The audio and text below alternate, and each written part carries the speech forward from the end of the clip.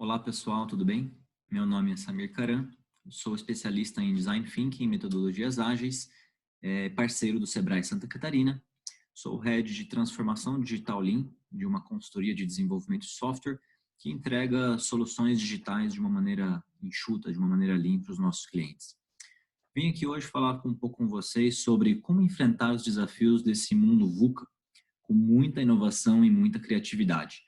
E esse mundo VUCA é um mundo que de fato impacta todos nós que estamos inseridos nele, tanto empreendedores, quanto grandes empresas, organizações já estabelecidas, professores. Eu sou professor universitário também, então sei como isso impacta o conteúdo, né, que é lecionado, que passa por uma volatilidade, por uma diversidade muito grande, uma renovação constante.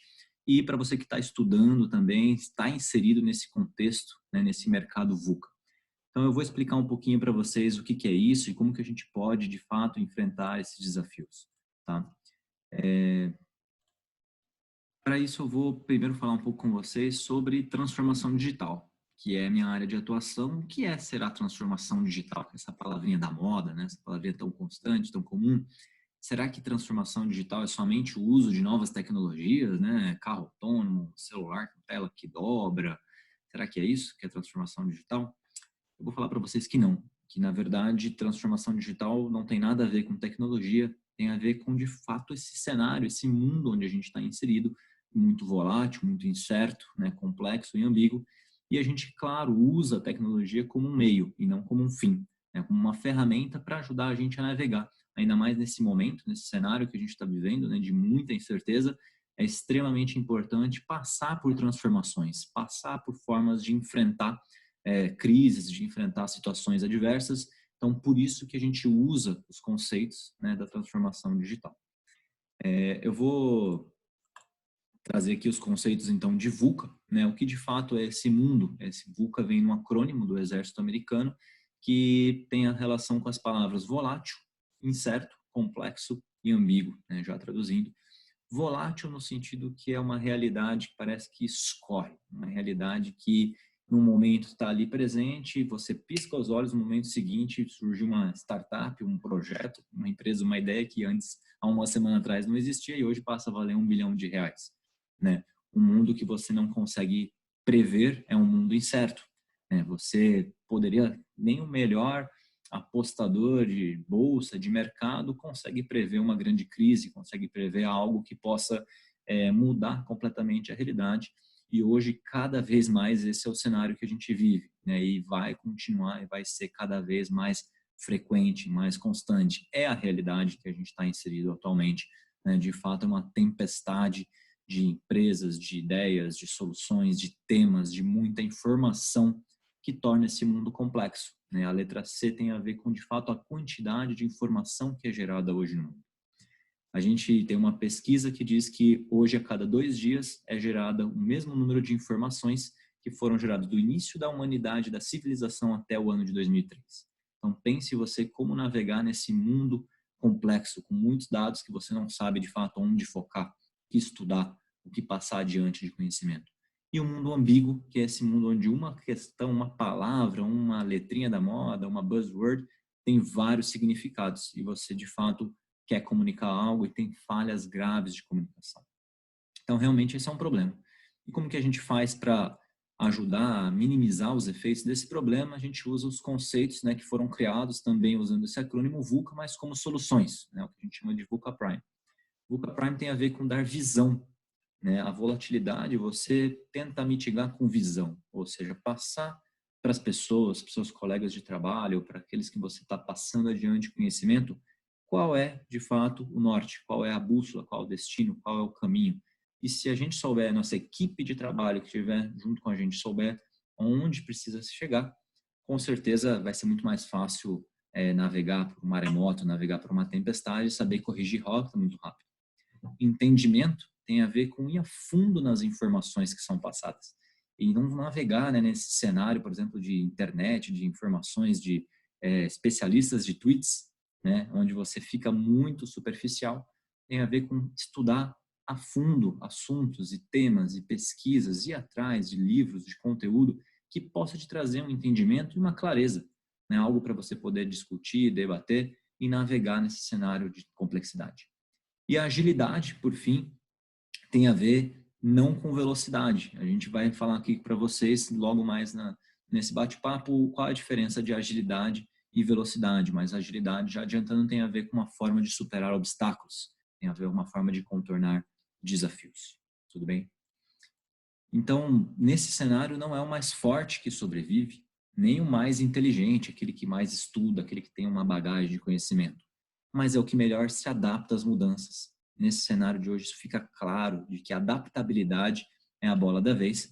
Essa frase, só uma curiosidade, não foi dita por Charles Darwin, tudo bem? Isso é uma frase que é falsamente atribuída a ele, até porque não tem nada a ver com biologia, mas tem tudo a ver com o mundo VUCA, tem tudo a ver com o mercado, com o conhecimento, com o mundo de fato onde a gente está inserido. Então, já que eu falei para vocês que esse mundo a gente navega nele usando inovação e usando criatividade, primeiro eu vou contextualizar para vocês o que é inovação. O que será que é inovação? Será que inovação é só ter uma ideia nova? Será que essas imagens que vocês estão vendo aí, será que isso daí é uma inovação? E esse então? Será que de fato é uma ideia muito inovadora? Alguns podem pensar que sim, outros podem pensar que não, mas eu trago aqui o conceito, a definição do UK Innovation Report de que inovação é a exploração com sucesso de novas ideias. Então, pessoal, essas duas figuras anteriores são invenções, são algo que de fato foram inventadas, mas não são inovações porque elas não tiveram sucesso, elas não trouxeram retorno, não trouxeram valor para o mercado, para os clientes. E o sucesso aqui pode ser uma variável, com certeza, financeira, mas pode ser uma variável de valor, um valor social, né? Um valor para o mercado, daquilo que está sendo proposto. Então, já que uma inovação implica, então, em ter resultado e ter ideias novas em ação, mas que geram um tipo de valor, geram resultado, como é que eu faço para incentivar a inovação dentro do meu grupo de trabalho, dentro da minha universidade, dentro da minha startup, da minha escola? Eu vou dar algumas dicas, alguns hacks para vocês aqui de como que eu posso incentivar, então, essa inovação. A primeira delas tem a ver com a diferença, como eu falei, de agilidade e velocidade. Pense você na diferença de uma lancha para um transatlântico, né?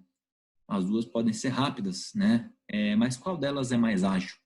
Pensa que entra um iceberg na frente, qual delas tem uma agilidade maior para poder contornar aquele obstáculo que surgiu de uma forma inesperada? Com certeza é a lancha. A lancha é muito mais ágil e um transatlântico ele é muito mais lento para se adaptar às mudanças que acontecem. Então, dentro dos nossos projetos, dos nossos trabalhos, dos nossos desafios, procure entender se você é uma lancha ou se você é um transatlântico. Qual é a velocidade com que você está se adaptando a essa realidade de mundo. E talvez numa grande organização, numa grande universidade ou escola, enfim, grupos de trabalho, a solução pode ser ter que destacar pequenas lanchas salva-vidas ali do seu transatlântico e elas aos poucos vão guiar o caminho. Elas vão poder navegar e testar, experimentar novas formas de trabalho. Isso vai ficar muito mais evidente para o transatlântico qual é a rota, qual é o caminho que traz resultado nesse mundo VUCA. Uma outra forma que eu gosto muito aqui de falar é sobre falhar e não ter medo de falhar. O Lean, ele fala que você tem que falhar, metodologias ágeis falam que você tem que falhar rápido, falhar pequeno e aprender com essas falhas depressa. Então, uma técnica que eu uso muito com minha equipe de trabalho é ter o mural dos erros. Esse mural consiste basicamente num mural de post-its, né? Qualquer um da equipe ali, da turma, descobriu algo que, cara, não vá por esse caminho, deu de fato errado, fez alguma coisa errada, compartilhe, escreve num post-it, cola ali no mural. E uma vez por mês, a própria equipe, né, a própria turma pode se reunir, ler os post-its e fazer uma reunião de lições aprendidas de fato e discutir o que deu certo, o que não deu certo, como evitar esses erros e de fato celebrar os erros. Pense se você está numa equipe de trabalho, num cenário que pune os erros, vai ser muito difícil você ter pessoas inovadoras, você ter vontade de testar novamente algo incerto no futuro pelo medo de errar. O erro é a primeira tentativa do aprendizado. Uma outra forma, de fato, é ter pessoas talentosas, mas ter pessoas talentosas no lugar certo. E no lugar certo, eu digo, ao invés de tentar ser centralizador, ter equipes, ter grupos de trabalho, saber trabalhar em equipe, né? Parece muito natural, mas para a inovação isso é fundamental. Porque uma boa ideia, ela dificilmente está inteiramente na cabeça de uma única pessoa. Eu gosto muito de falar que quando você tem uma boa ideia, mas uma boa ideia, provavelmente você teve uma parte dessa ideia. Você precisa conectar isso com várias pessoas do seu círculo de estudo, do seu círculo de trabalho, para que isso se torne uma inovação, se torne uma excelente ideia que possa gerar resultado. Então, colaboração aqui é essencial. Saber delegar, saber trocar ideias, saber compartilhar, isso é fundamental para incentivar a inovação, para incentivar ideias novas de valor que geram resultados. Quarta dica aqui, pessoal, é acompanhar as tendências de mercado. Acompanhe o que está acontecendo no mundo, acompanhe o que está acontecendo lá fora. Não adianta a gente se isolar num quartinho e achar que vai inovar, fazendo ali meditação, sozinho no quarto, né, fechado, paredes brancas ali, não vai. Né? Inovação tem a ver, de fato, com experimentação, tem a ver com sair da caixinha. Olhe fora do Brasil, com certeza tem muita coisa que está acontecendo lá fora que a gente pode trazer aqui para a nossa realidade, né, pessoal? E quinta e dica, talvez para mim, acho que é a mais importante, não invente problemas, resolva-os. É preciso, de fato, entender e observar onde que você está gastando o seu dinheiro. Olha que legal. Por que isso? Porque se você está gastando o seu dinheiro em uma determinada linha, né, uma determinada categoria de despesa, de produtos, peraí, outras pessoas estão gastando o dinheiro delas lá também. Então, será que ali tem um pedaço que você poderia, por exemplo, entregar aquele produto de uma forma melhor? Você poderia entregar aquele serviço de uma forma mais prática, de uma forma mais ágil, de uma forma mais econômica e eficiente? Então, entender onde estão os problemas da realidade, do dia a dia das pessoas e ir lá e resolver uma dor. Não adianta eu ter um monte de ideias, mas que não atendem a dor de ninguém, não atendem a necessidade de nenhuma pessoa. Então, essa que é a quinta e acho que uma das dicas mais importantes aqui desse bate-papo é observar onde estão os problemas. Né? A inovação começa de uma dor, de um problema, de uma necessidade, e não de uma ideia que talvez não esteja resolvendo nenhum problema, esteja criando um problema novo. Tudo bem? Bom, e será que isso vai custar muito? Será que isso vai custar muita energia, muito esforço, muito dinheiro? Isso deve ser muito difícil então, né, Samir? Como que eu posso usar tudo isso e reinventar, inovar? Eu não tenho acesso a altíssimas tecnologias, nada disso. O que custa, pessoal, é aquilo que é feito de forma desnecessária. Não basta ser possível fazer alguma coisa, a pergunta é, de fato, é necessário? Né? Como diria Peter Drucker, não há nada tão inútil quanto fazer com extrema eficiência aquilo que nunca deveria ter sido feito. Então, o primeiro passo, como aquela quinta dica, é entender qual é o projeto certo a ser feito, qual é o projeto certo a ser estudado antes de sair fazendo o projeto, mesmo que seja da forma certa. Então, essa dica aqui é fundamental, entender qual é o problema, entender qual é a dor do seu cliente que você vai de fato resolver, qual é o ponto central, qual é o seu propósito antes de sair de fato fazendo um projeto. Então, eu vou compartilhar aqui com vocês a metodologia que eu utilizo, que nós utilizamos nos nossos projetos de soluções digitais, que ela é baseada em 3 frameworks consagrados de mercado, que é o Design Thinking, o próprio Lean e a metodologia ágil. Então, normalmente, um cliente ele nos procura já com a ideia, né? Já com a lampadinha ali, com aquela forma de já sei qual é a solução de todos os problemas. O que a gente faz aqui e sugere, pessoal? Dá 3 passos para trás e pergunta, qual é o real desafio? Qual é o real problema? Não qual é o produto que você quer que a gente entregue, mas qual é o problema a ser resolvido? E aqui a gente usa técnicas de imersão, mapa de empatia, personas e, por fim, a jornada do cliente para entender e desenhar e determinar todas as visões possíveis sobre aquele problema e entender, de fato, qual é a dor que a gente está querendo resolver com aquele produto, com aquela suposta solução. Depois disso, num segundo momento, que a gente vai atacar as possíveis soluções para aquele problema, usando técnicas de criatividade, cocriação e colaboração, como eu falei, a gente vai criar o maior número possível de propostas de solução. E o maior número possível aqui, a quantidade é importante, também usando técnicas como brainstorm, brainwriting, a gente vai gerar, sei lá, 80 ideias diferentes de como resolver aquele mesmo produto, para depois a gente convergir usando os pilares da inovação, sabendo de todas aquelas ideias, quais são as ideias mais desejáveis, praticáveis e viáveis. Né? Esses são os pilares da inovação. E esse formato do Design Thinking, pessoal, do diamante duplo, né, de divergir para convergir, ele é muito legal, ele é muito importante, porque ele tem justamente esse conceito, né, de pegar um ponto de vista, divergir no maior número possível de pontos de vista diferentes daquele problema, depois eu convergir e selecionar os maiores, os 2 ou 3 maiores problemas dentro daquela realidade que eu quero resolver. Num segundo momento, o segundo diamante ele serve para explorar o maior número de soluções possíveis sobre aquele problema. Como o Design Thinking é uma abordagem de resolução de problemas. Então eu posso ter N formas diferentes de resolver aquele mesmo problema. Olha só que diferença. Se eu pego um problema e sigo em linha reta com ele até a solução, com uma primeira solução que me veio na cabeça, qual é a chance dessa solução ser a melhor solução de todas? Bem pouco provável que eu acerte logo de primeira. Agora, quando eu envolvo um grupo de pessoas com vários pontos de vista diferentes acerca de uma mesma situação e uso técnicas de colaboração e cocriação para que elas de fato discutam, reflitem e gerem o maior número possível de problemas e pontos de vista e soluções diferentes. Depois eu vou convergir usando também uma priorização para escolher as 2 ou 3 melhores soluções de todas aquelas. Com certeza eu tenho uma probabilidade muito maior de achar boas soluções. Mas qual será que é a melhor solução? Eu vou para a etapa do protótipo. Um protótipo é algo que é real o suficiente para que possa ser sentido. Ah, como assim? Se eu estou falando, por exemplo, de um software, né, que é a nossa realidade, a gente cria um mockup de tela, a gente cria um PowerPoint inteligente, vamos dizer assim, que eu entrego na mão do cliente e testo aquele protótipo inicial com uma validação real do cliente. Não é uma apresentação, né, para um conselho, para uma diretoria, mas é um teste em campo. Então, se eu estou fazendo algo, desenvolvendo algo para ser usado por uma pessoa, um paciente médico, por exemplo, eu vou ter que desenvolver um protótipo e testar com aquela pessoa. Qual é o objetivo? Colher o feedback, colher o retorno, colher a opinião dessas pessoas. Design Thinking implica em entender, gerar empatia, né? Colaboração, experimentação e empatia são os pilares do design. Por isso que eu preciso gerar um protótipo, experimentar e colher o retorno daquela pessoa, de fato, que está ali pronta para me dar o feedback dela.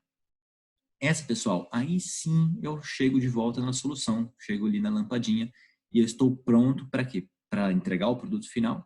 Não, estou pronto para começar o desenvolvimento da minha solução. Todos esses 3 passos, esses 3 diamantes, então, eles são pré-projeto, eles são no momento, são técnicas para a gente definir qual é o projeto certo a ser feito, qual é o esforço, qual é o empreendimento, né? O que de fato eu vou colocar, quanto de dinheiro, quanto tempo eu vou gastar. Então, é uma etapa de design, uma etapa de preparação. Desse ponto para frente, eu vou entrar num ciclo de melhoria contínua, usando o Lean Startup, usando metodologias ágeis, em ciclos de construção, medição e aprendizado. E a palavra-chave aqui, pessoal, é medição. É super importante, é essencial, na verdade, eu medir o retorno. Então, será que eu preciso gastar todo o meu dinheiro, todas as minhas economias para entregar uma primeira solução? E se ela não for a melhor solução, se ela não der muito certo? Acabou todo o meu dinheiro. E aí, o que eu faço? Não tenho mais nada para investir meu tempo, meu esforço, não tenho mais tempo, meu concorrente já lançou uma solução melhor, estou fora. Então, a nossa ideia aqui é o MVP, o produto mínimo viável que você lança no mercado. Você mede o feedback, você aprende. Estou no caminho certo? Não estou no caminho certo. Está no caminho certo? Você persiste. E aí você continua, de fato, investindo e reinvestindo e aumentando e melhorando aquela solução. Um grande exemplo que eu trago, por exemplo, é o WhatsApp. O WhatsApp, quando começou, o que ele tinha, pessoal, de funcionalidades? Não tinha nada. Era só texto. Era um SMS, porém ele era gratuito. Essa era a proposta de valor dele. E aí, com o tempo, hoje passaram-se a surgir várias funcionalidades, vídeo, chamada, voz, áudio, figura, grupos, notificação, figurinha, enfim. Se eu medir e eu não estiver no caminho, eu tenho uma possibilidade, eu posso pivotar, ou seja, eu posso mudar o meu caminho e alterar a minha solução, refazer o meu protótipo, até que eu, de fato, encontre uma forma de resolver aquele problema. Esse, pessoal, é uma metodologia que vocês vão poder acompanhar numa trilha de conteúdo com muito mais detalhes, com vários outros vídeos, aqui mesmo no canal do Sebrae Santa Catarina no YouTube. Portanto, fique atento a esse canal, fique atento que nós vamos compartilhar muito mais informações com vocês sobre esses temas, sobre Design Thinking, sobre Lean, sobre metodologias ágeis. Muito obrigado pela atenção de vocês. Um abraço e até a próxima.